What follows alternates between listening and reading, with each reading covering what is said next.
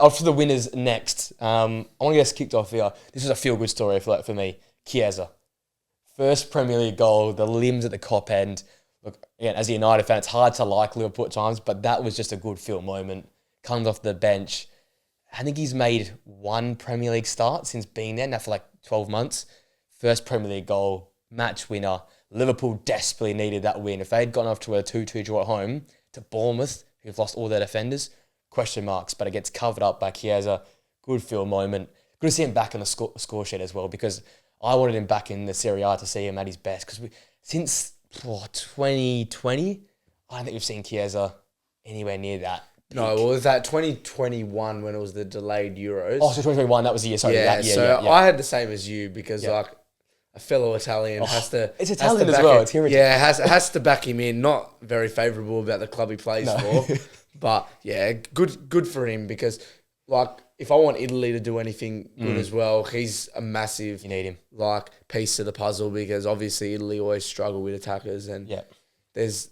Those attackers just, seem to not be able to have any output when they play for the national team. Even the likes of, like, Immobile and stuff in the past. They just, struggled, don't do much, which has always been concerning, whereas he's shown just that always having that spark to be able to create something out of nothing, really. Yeah, that's the word. And you saw Slot say, he goes, like, we were 2-2 and I look to the bench and usually I see Jota there. And he goes, like, Chiesa was, like, the next closest thing. Mm-hmm. Yeah. And to be honest, when you take a step back and you think about both players, they're very, very similar in terms of their build, their, like, athleticism, their whole profile. So I can kind of understand that. And for someone like Chiesa as well, who's had so many injuries in the past couple of years, to get that confidence, match week 1, because not only for himself to get the confidence, but probably also the confidence of Slot. Yeah. Because you saw he got even when he was fit last year, he got very limited minutes. Yeah, like couple off the bench. So now it's like, okay, well, wait a minute.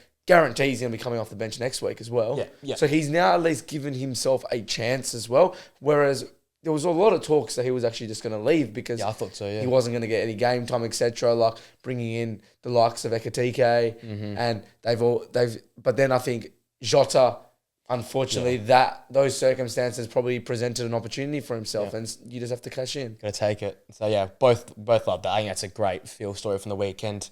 On a more football side of things, Nottingham Forest, I was pretty impressed there. Yeah.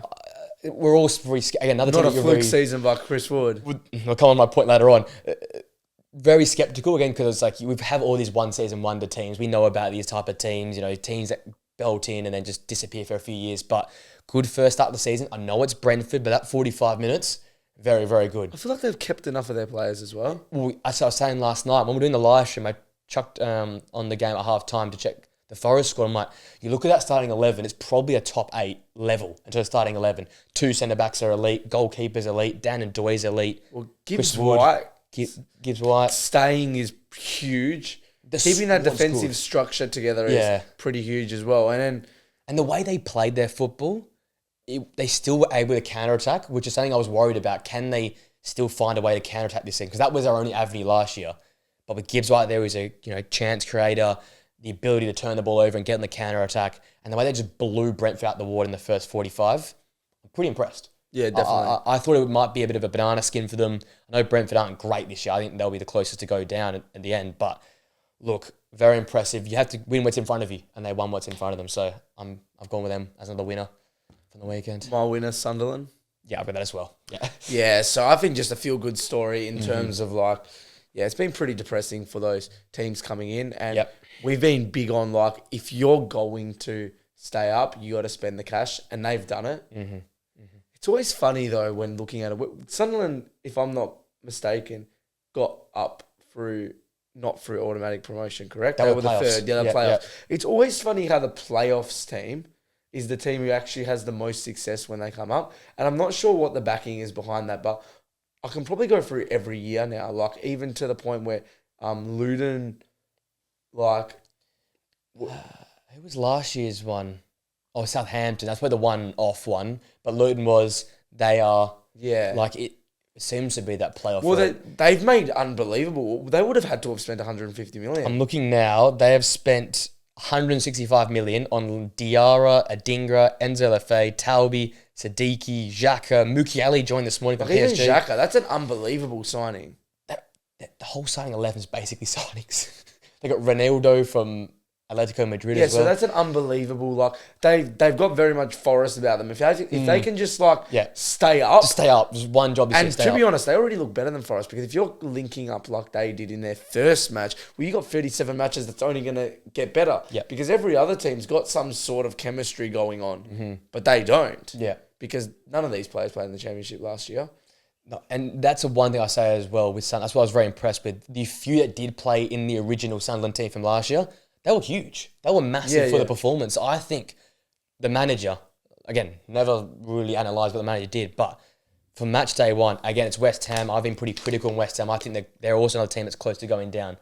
But to take on a team like that, match day one, not get the start you'd probably want, because I think you would have loved a first goal in the first 30 minutes. They kept going away. They took some West Ham pressure, absorbed that, and then they went bang, bang, bang second half. Yep. That's a sign of a team that's got character, a team that can stay up, and that home ground advantage, that could be the difference. If they stay up, they're going to be getting points at home versus Tottenham's, United's, mid-table teams like your Aston Villa's and Newcastle's potentially, Brighton's. If you can get results against those teams at home, they're probably a good chance to stay up.